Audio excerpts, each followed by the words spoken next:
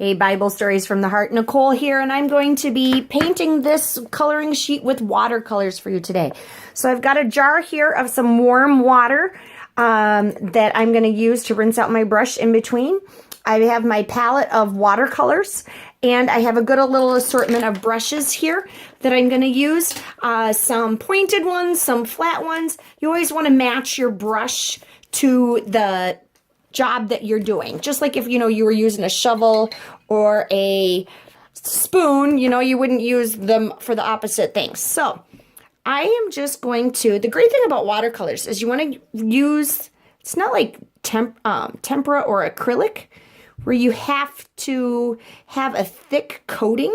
You want to use a thin glaze is what the watercoloring term for them is.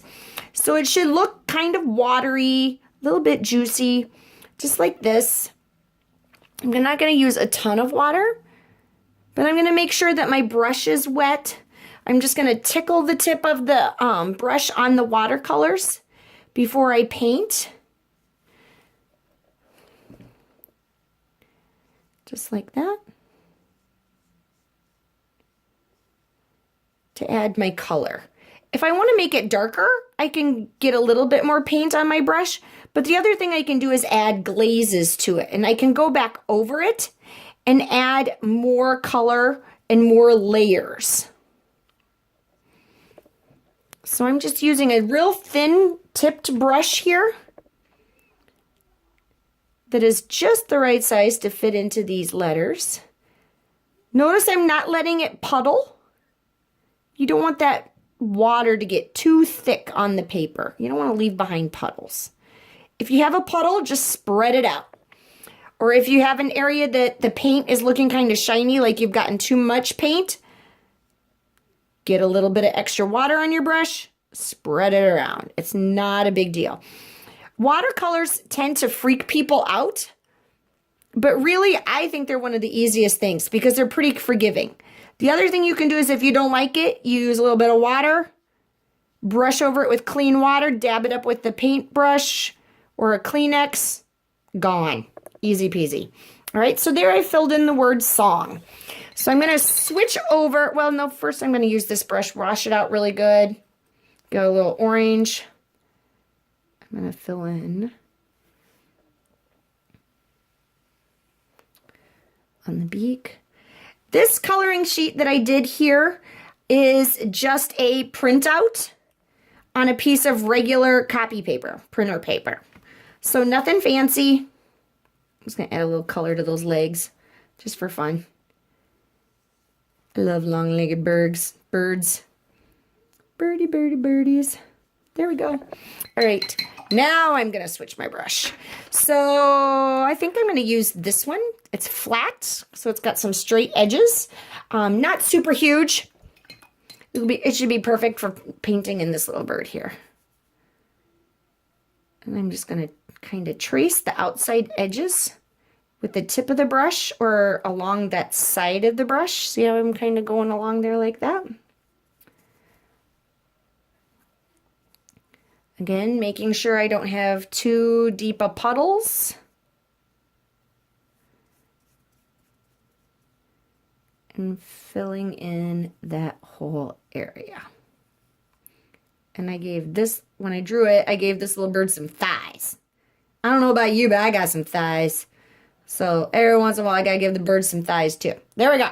Awesome sauce. Okay, now let's see. I think I'm gonna make the circles green this time. This is the fun thing about doing these as a coloring thing, is that you can print them off, do them over and over again. Kind of go with your mood, kind of go with what you're doing that day. Just keep meditating on that verse as you go. So the Lord is my strength and my song, and he has given me victory. That's a great thought to start the day with, isn't it? That God really is with us. He's like that little humming song in the back of our minds that we just can't get rid of.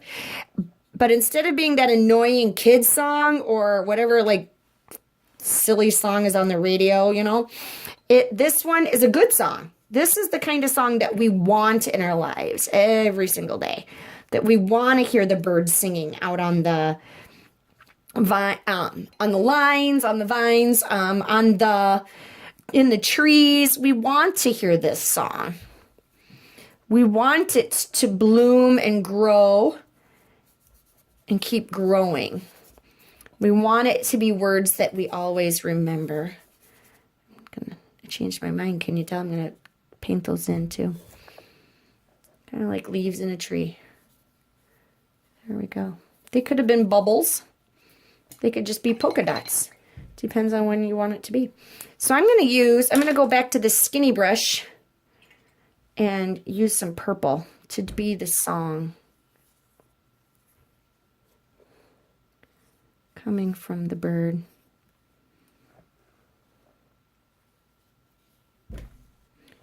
So there's not a lot about watercolor. It doesn't have to be scary. The biggest in these, like I've got a pretty big set of colors here.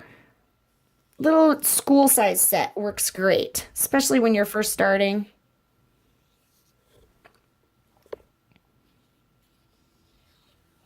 Have fun with it. And like I just said a little bit ago, print off like 5 or 6 of them. Try it in different colors, different styles.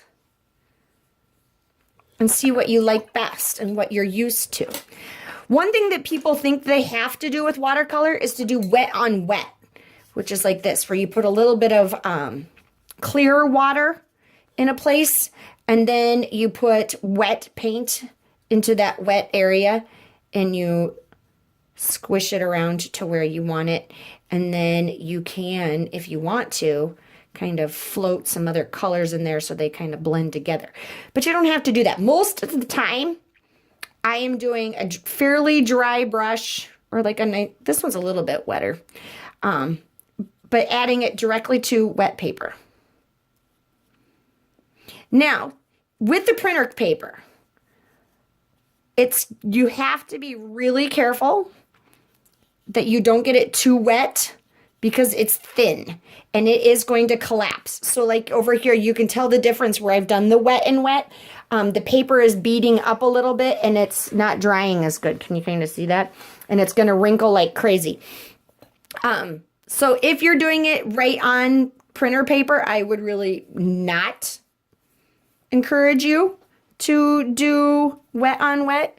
Just do this kind of wet and dry onto dry technique that I am showing you. And there we go. Super easy, bright, vivid colors. Super fun, right?